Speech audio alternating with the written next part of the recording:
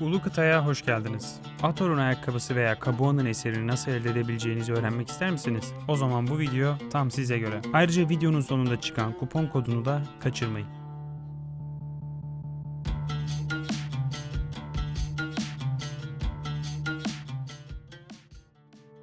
Efsanevi Ator'un ayakkabısı. Uykudaki köken savunma teçhizatlarının sonuncu parçasıdır. Ölen Tanrı'nın zırhı, Lebraska'nın miğferi ve Dan'ın eldiveninden sonraki dördüncü eşya.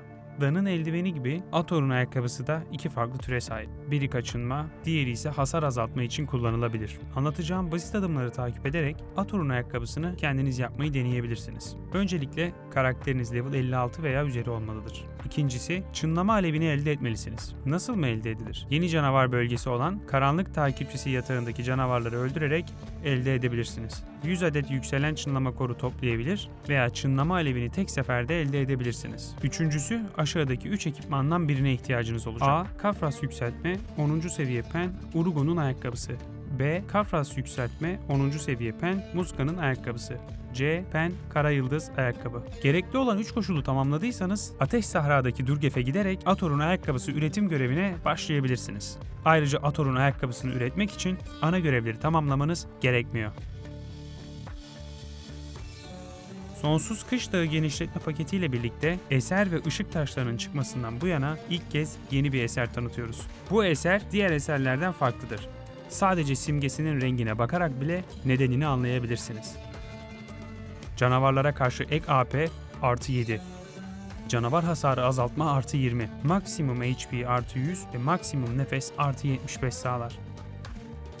Yükselen çınlama koru ve çınlama alevi ile aynı şekilde eserin tamamını tek seferde elde edebilir veya karanlık takipçisi yatağında ortaya çıkan yeni canavarlardan Kabua'nın parçasını elde edebilirsiniz. Kabua'nın eserini üretmek için 100 adet Kabua'nın parçası ile 1000 adet sihirli ışık taşı kristalini birleştirmeniz gerekiyor.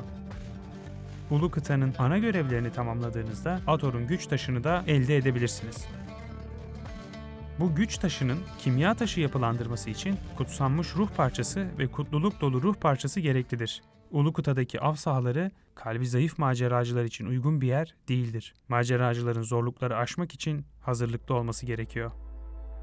Ulu Kıta'ya yeni eklenen karanlık takipçisi yatağı. Bu av sahasında çeşitli eşyalar elde edebilirsiniz ve bu eşyalar maceracıların daha da güçlenmelerine yardımcı olacaktır. Dikkat etmeniz gereken iki unsur var. Birincisi, sonsuz karanlık takipçisinin ortaya çıkışıdır. Bu etkinlik belirli bir olasılıkla karanlık takipçisi yatağında birçok canavarı yok ettikten sonra oluşur. Bu oluştuğunda büyük miktarda takipçi ortaya çıkar ve sonsuzluk karanlık takipçisini yok ettikten sonra size saldırmaya başlarlar. Fazla paniğe kapılmayın. Bu canavarlar diğer canavarlara göre daha az güce sahiptir. İkinci unsur, diğer karanlık takipçilerini yok ettikten sonra parlayan kor oluşturma şansı verilir. Bu koru yok ederseniz mühürlü eser çalışmaya başlar.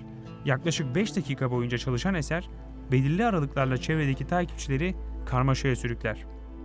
Ancak bozulmuş takipçiler mühürlü eserin etkisini almazlar. Parlayan koru yok ederseniz yükselen çınlama koru elde edebilirsiniz.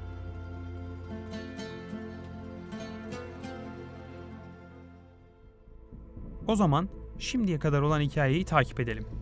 İlezra Medyaha 3 günlük karanlığı getirir. Karanlık, yeryüzünü kaplayarak korku ve çılgınlık yaratır. Medyah Kalesi alevler içinde kalır ve kraliyet çöker. Kraliyet ailesinin tek hayatta kalan üyesi olan 3. Baret zorlukla kaçar. Onu temsil ettiğini söyleyen Neruda Shen'den kaçan ve Aksulp'un yönetimi yüzünden Medya halkının öfkesiyle karşı karşıya kalan 3. Baret, Valencia'ya göç başvurusunda bulunur. Fakat bu yolculuk sırasında bir olay meydana gelir. Maceranın başlangıcını işaret eden bir olay. 22 Kasım'da Ulu Kıta ile ilgili öngörevler eklendi. Bu görev 29 Kasım'da meydana gelecek olan olaylara hazırlanmanıza yardımcı olacaktır. Bu hikayede yer alan karakterler hakkında daha fazla bilgi almak istiyorsanız ve Medyah'ın görevlerini tekrar yapmak için zamanınız yoksa aşağıdaki GM notunu kontrol edin. Ayrıca daha önce paylaştığımız Ulu Kıta videosu, Asil Toprak Ulu Kıta hakkında daha fazla bilgi almak isteyenler için yardımcı olacaktır. Ulu Kıta'nın bu seferki hikayesi hakkında ön izlemeyi burada tamamlıyoruz. Ancak şu anda size göstereceğimiz şeyler bitmiş olsa da bu, Ulu Kıta'nın sırlarına dair hikayenin sona erdiği anlamına gelmez.